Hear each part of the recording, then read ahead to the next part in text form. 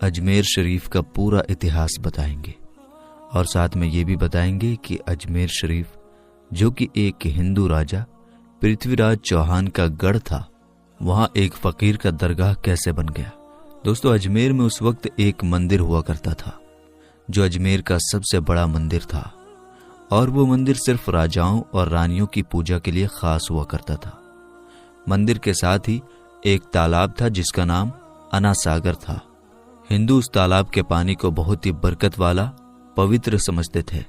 उनका मानना था कि जो इस तालाब में नहा ले उसके सारे पाप धुल जाते हैं। उस मंदिर में रात को इतने ज्यादा दिए जलाए जाते थे कि सिर्फ एक ही रात 3.5 मन तेल उन दियों में इस्तेमाल होता था।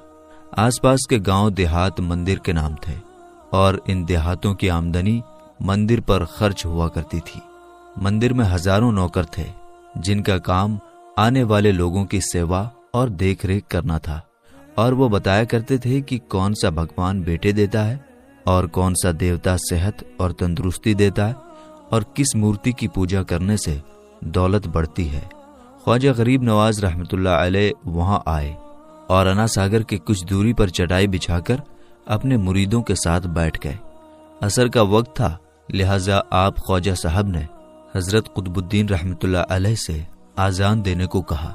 कुफ्र शिर्क से भरे अजमेर में अल्लाह के एक होने और हजरत मोहम्मद सल्लल्लाहु ताला अलैहि वसल्लम के रसूल होने का ये पहला ऐलान था। वहां रहने वाले लोग इस्लाम के बारे में कुछ भी नहीं जानते थे। चुनांचे आजान की आवाज सुनकर वो हैरान हुए और अपने घरों से निकलकर सब ख्वाजा गरीब नवाज और उनके मुरीदों को देखने लगे और अना सागर के पास भीड़ लग गई। ख्वाजा गरीब नवाज और उनके मुरीदों ने अना सागर के पानी से वुजू किया और नमाज पढ़ना शुरू कर दिया। सब हिंदू हैरान रह गए। वो सोच रहे थे कि सब भगवान तो मंदिर के अंदर हैं, तो ये लोग खड़े होकर कौन से भगवान के आगे झुक रहे हैं। शाम हुई तो राजा के ऊंट जो दिन में चरने के लिए गए थे अपने चरवाहों के साथ वापस आने लगे।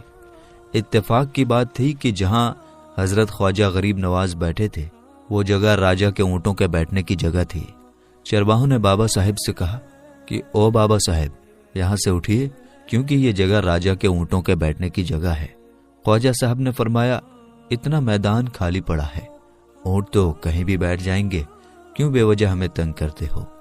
वो लोग नहीं माने और मुसल्ला उठाकर इधर उधर करने लगे और ख्वाजा साहब से बदतमीजी करने लगे और उन लोगों ने आखिरकार बहुत बदतमीजी से कहा कि ये राजा के ऊंटों के बैठने की जगह है और इधर राजा के ऊंट ही बैठेंगे, तुम लोग कहीं और अपना मुसल्ला बिछा लो। आखिरकार आप ख्वाजा साहब ने उठते हुए हजरत कुतुबुद्दीन से फरमाया, उठो कुतुबुद्दीन, ये कह रहे हैं कि ये ऊंटों के बैठने की जगह है, तो चलो मैं कहता हूं अब यहाँ सिर्फ ऊंट ही बैठेंगे। ये कहकर आप ख्वाजा साहब अपने साथियों समेत वहां से उठ गए और अगली सुबह जब ऊंटों को चराने के लिए ले जाने का वक्त आया और चरवाहों ने ऊंटों को उठाना चाहा तो उन्हें पता चला कि ऊंट उठ ही नहीं पा रहे हैं। उन्होंने ऊंटों को मार मार कर जबरदस्ती उठाना चाहा, लेकिन वो बैठे ही रहे। चरवाहे परेशान हो गए कि जो ऊंट उनके एक इशारे पर उठ खड़े होते थे आज क्यों नहीं उठ रहे हैं। आखिरकार उन्हें याद आया कि कल उस बाबा ने कहा था कि चलो अब यहाँ ऊंट ही बैठे रहेंगे। लोग जमा होना शुरू हो गए। कोई कह रहा था कि फकीर कोई बड़ा जादूगर है, किसी का मानना था कि वो कोई भगवान का नया अवतार है। बात राजा पृथ्वीराज चौहान तक जा पहुंची कि एक मुसाफिर फकीर ने राजा के ऊंटों पर जादू कर दिया है। राजा ने हजरत ख्वाजा मोइनुद्दीन चिश्ती को खबर भेजा कि तुम कैसे फकीर हो जो बेजुबानों को बांध रखा है, ये बेचारे भूख और प्यास से मर जाएंगे, इसलिए मेहरबानी करके अपना जादू वापस ले लो। ख्वाजा साहब ने फरमाया, हम मुसलमान हैं और मुसलमान बद्दुआ नहीं करते और ना जादू करते हैं। ऊंट जिसके हुक्म से बैठे थे उसी के हुक्म से खड़े हो जाएंगे। अब जो जाकर चरवाहों ने ऊंटों को उठाया तो पहली ही बार में उठ खड़े हो गए। गैर मुस्लिमों की दिलचस्पी इन मुसाफिरों में बढ़ने लगी। अब 5 वक्त की आजान होती और नमाज अदा की जाती। आखिरकार राजा तक ये बात पहुंच गई और उसको शिकायत की गई कि राजा साहब, जो फकीर आए हुए हैं सब के सब मुसलमान हैं, 5 वक्त आजान देते हैं और हमारे पवित्र तालाब को हाथ मुंह धोकर गंदा करते हैं। हमारे धर्म के खिलाफ बातें भी करते हैं और कहते हैं कि ये मूर्तियां पूजने के लायक नहीं, ये तो सिर्फ एक पत्थर है, इसलिए इन्हें यहां से उठा लिया जाए। राजा पृथ्वीराज चौहान ने फकीरों को खबर भिजवाया कि तुम लोग गोश्त खाते हो, हमारे धर्म के खिलाफ बोलते हो, और तो और हमारे पवित्र तालाब को अपने हाथ मुंह धोकर गंदा करते हो, जो हम कतई बर्दाश्त नहीं कर सकते। इसलिए तुम्हारे लिए अच्छा होगा कि तुम यहां से चले जाओ। ख्वाजा साहब ने फरमाया, और भी तो दुनिया आती है, सिर्फ हमारे ही पानी लेने से आखिर क्या फर्क पड़ जाएगा। राजा कहने लगा, वो सब हमारे धर्म और हमारे मजहब के लोग हैं और तुम दूसरे धर्म के हो। आइंदा तुम लोगों ने तालाब को नापाक किया तो हम तुम लोगों पर सख्त कार्रवाई करेंगे। ख्वाजा साहब ने हजरत कुतुबुद्दीन रहमतुल्लाह अलैह से फरमाया, कुतुबुद्दीन, शायद ये लोग आइंदा हमारे पानी लेने पर कोई परेशानी खड़ी करेंगे। जाओ एक मश्क पानी ले आओ। हजरत ख्वाजा कुतुबुद्दीन बख्तियार काकी ने फरमाया, चलिए हम अपना प्याला भर लेते हैं। उन लोगों ने उनको प्याला भरने से मना कर दिया, लेकिन फिर बाद में जाकर वो लोग इस शर्त पर मान गए कि तुम्हारे जिस्म पानी से ना छुए तो हम ये प्याला तुमको भरने देंगे। मेरे दोस्तों, हजरत ख्वाजा कुतुबुद्दीन रहमतुल्लाह अलैह तालाब की सीढ़ियों पर जा बैठे और अपने प्याले को पानी में डुबो दिया। जब वो प्याला भर गया तो हजरत ख्वाजा कुतुबुद्दीन रहमतुल्लाह अलैह ने वो प्याला ऊपर खींच लिया। लेकिन फिर क्या था, जब वो प्याला पानी से बाहर आया, अना सागर का सारा पानी सूख गया और अना सागर की तह में सूखी रेत उड़ने लगी। मानो ऐसा मालूम हो रहा था कि अना सागर उस छोटे से प्याले में समा गया है। अना सागर को सूखना था कि पूरे अजमेर में कोहराम मच गया। गली मोहल्ले में चीखो पुकार और आहों की आवाजें शुरू हो गई। वो लोग रो रहे थे और कह रहे थे कि जो पाप हम अना सागर में नहाकर धुलते थे और पापों से छुटकारा पा लिया करते थे, अब हम क्या करेंगे? अब हम पापों का बोझ कहां लिए फिरेंगे? सारे इलाके में यह खबर फैल गई कि मुसाफिर फकीर ने जादू के जोर से अना सागर को सुखा दिया है। दोस्तों, जानते हैं आगे क्या हुआ? आगे हुआ ये कि राजा पृथ्वीराज चौहान अना सागर के सूख जाने की वजह से बहुत परेशान हुआ। उसने अपने वजीरों को बुलाया, सबसे यही कहा कि फकीर या तो कोई जादूगर है या फिर वाकई कोई पहुंचा हुआ फकीर है। साथ ही उनकी परेशानी बढ़ गई कि अजमेर की रौनक तो थी ही अना सागर के दम से। इसकी वजह से लोग दूर दूर से अजमेर आते थे और अपना ईमान ताज़ा करके लौट जाया करते थे। अना सागर के सूख जाने से हिंदू धर्म को सख्त धक्का लगेगा और ये बड़ी शर्मनाक बात थी। आखिरकार ये कहा गया कि फकीर से बात की जाए कि आखिर वो फकीर चाहता क्या है।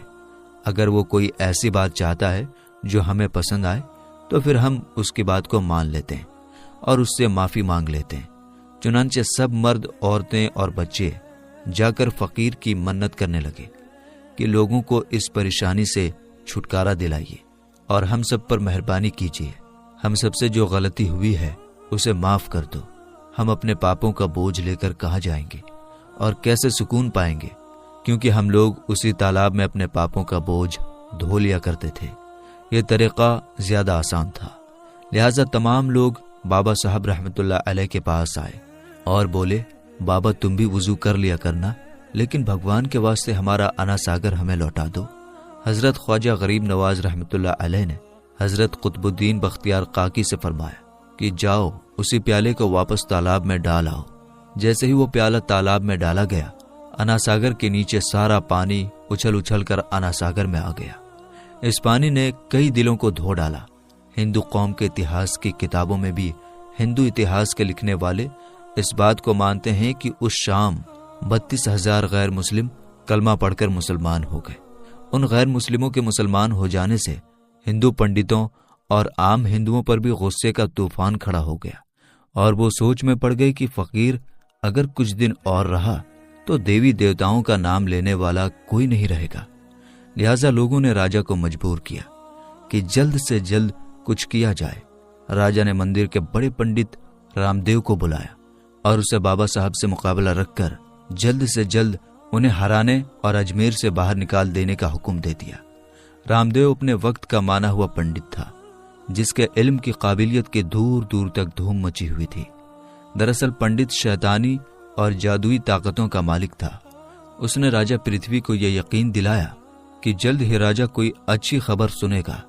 रामदेव बाबा ख्वाजा साहब रहमतुल्लाह अलैह के पास आया और उल्टे सीधे सवालात करना शुरू कर दिए। हजरत ख्वाजा गरीब नवाज ने फरमाया, खामोशी जरूरी है, इसलिए हजरत ख्वाजा रहमतुल्लाह अलैह खामोश रहे।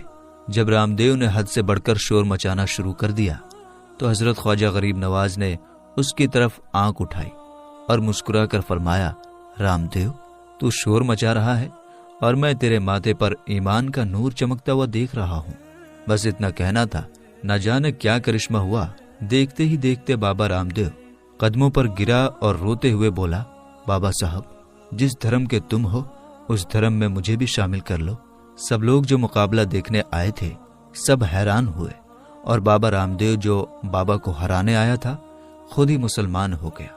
इतिहास की किताबें भरी पड़ी हैं कि हजरत ख्वाजा गरीब नवाज वो इकलौते बुजुर्ग हैं जिन्होंने 90 लाख गैर मुस्लिमों को मुसलमान किया।